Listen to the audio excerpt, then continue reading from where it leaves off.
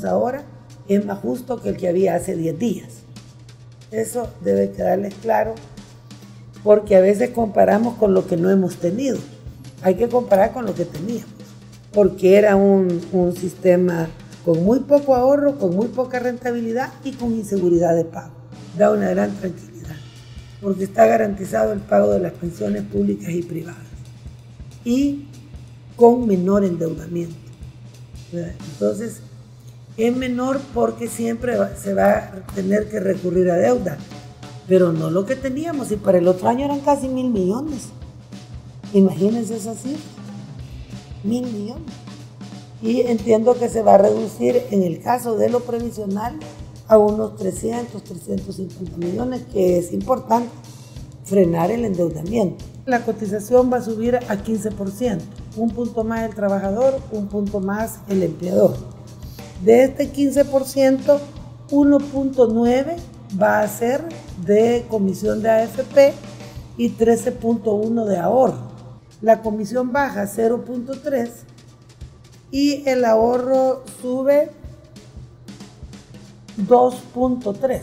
La rentabilidad sube porque hay una reestructuración de los viejos certificados y los nuevos. Entonces la rentabilidad de los ahorros también va a subir. Los viejos certificados emitidos hasta antes de que entre en vigencia la ley suben a tasas de 2.5, 3.5 y 4%, que es por encima de lo que estaban históricamente, y las nuevas emisiones serán al 6%, de tal suerte que hay más cotización, más rentabilidad y por lo tanto más ahorro. Y como este sigue siendo un sistema de ahorro individual, porque no se logró la primera propuesta, que era un sistema mixto, entonces digamos que la ventaja práctica para el trabajador es que su ahorro individual va a subir. Con las sentencias que teníamos de la Sala de lo Constitucional, habían quitado el mecanismo para financiar los certificados y habían quitado el mecanismo para pagar pensiones. Entonces habíamos llegado haciendo un sobreesfuerzo, sacando del presupuesto, pero prácticamente ya a partir de octubre no había con qué pagar pensiones. Y en el mismo octubre teníamos un vencimiento de un certificado que no se iba a pagar. Entonces hubiéramos amanecido con que ni se podían pagar pensiones y hubiera habido una nueva crisis de impago que hubiera dañado más los mismos ahorros de los trabajadores, porque los ahorros están colocados en bonos y esos bonos pierden valor cuando hay impago en El Salvador. Hay una colaboración intergeneracional. Entonces la gente va a tener una cuenta individual con el 8.1% y otra cuenta colectiva donde va a aportar 2% para la pensión de longevidad y 3% para su pensión. Este 3% va a ser registrado con su rentabilidad a favor del afiliado. Es decir, que lo que aportes a ese fondo vas a llevar tu registro, vas a saber cuánto tenés ahí y cuánto te ha dado de rentabilidad. Entonces es falso que la pensión queda de 8, ¿verdad? Porque el gobierno va a reconocer el aporte que dan al fondo colectivo más su rentabilidad. Hemos dado un avance hacia un sistema más justo, porque en realidad los que afirman que nadie tiene que ayudar a nadie, hace poco estuve yo en otra entrevista y decía, ¿y yo por qué le voy a pagar a otro? Bueno, es que la única manera de tener pensiones dignas es con una colaboración entre generaciones. De lo contrario es imposible, a puro ahorro personal.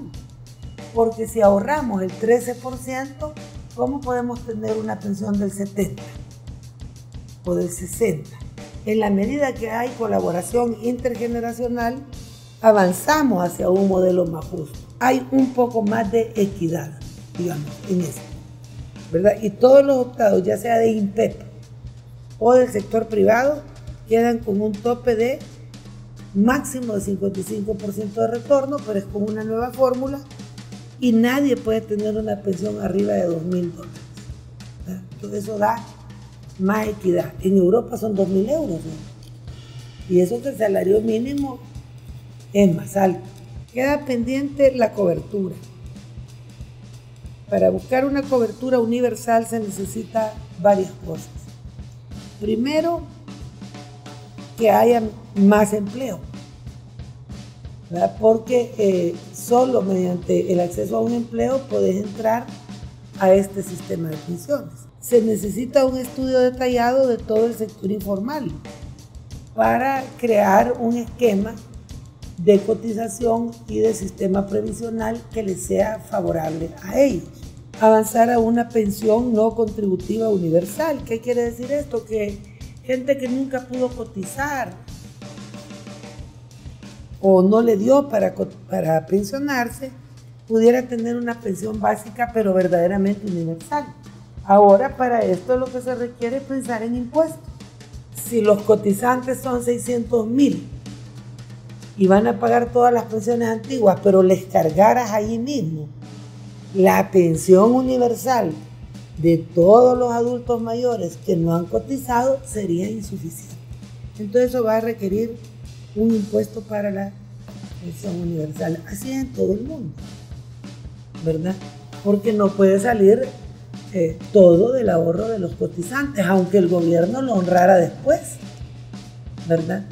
Porque que te quiten ahora 7.25 porque la otra parte la pone el empleador, está bien, pero si yo te quitara 10, 15%, no te queda salario, aunque te lo reponga después el gobierno cuando te jubilemos. Las diferencias por género. Todavía aquí hay edades diferenciadas para jubilarse. Y las edades diferenciadas van en contra de la mujer. La mayoría de mujeres, cuando uno les dice que hay que subir la edad 5 años para que se jubilen igual que los hombres, dicen, no, puchi, es injusto. Pero deben de tomar en cuenta que a los 55 años tienen menos ahorro que a los 60. Que la pensión de longevidad que sigue después de los 20 años, a ella las va a agarrar de 75 si se jubilan a los 55.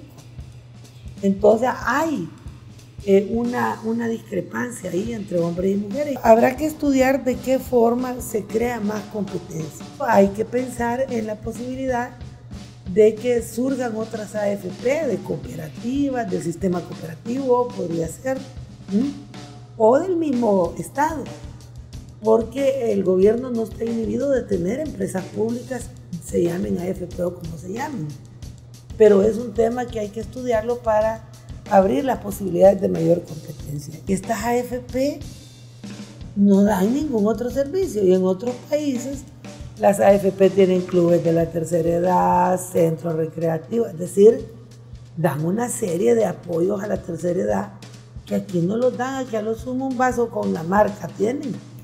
Entonces, los servicios complementarios que pueda ofertar las AFP son importantes. Ahora, mientras ellos no sientan competencia, pues no se van a ver obligados. En términos macroeconómicos, la reforma ha implicado 1.1% menos de deuda PIB, eso es bueno, ¿verdad? Y en este momento hay todo un movimiento en las calificadoras de riesgo porque están en el proceso de recalificar al país y eso pues es bueno porque nos va a dar más tranquilidad tanto con la deuda pública como con las inversiones privadas, como con las tarjetas de crédito y los alquileres y préstamos de vivienda. Porque cuando tenemos mala calificación, los bancos tienen más caro su financiamiento de ellos. ¿Y a quién le cargan los bancos lo que es más caro? A las tasas de interés. Es decir, que es importante mejorar la calificación de riesgo y estamos en ese proceso en este momento.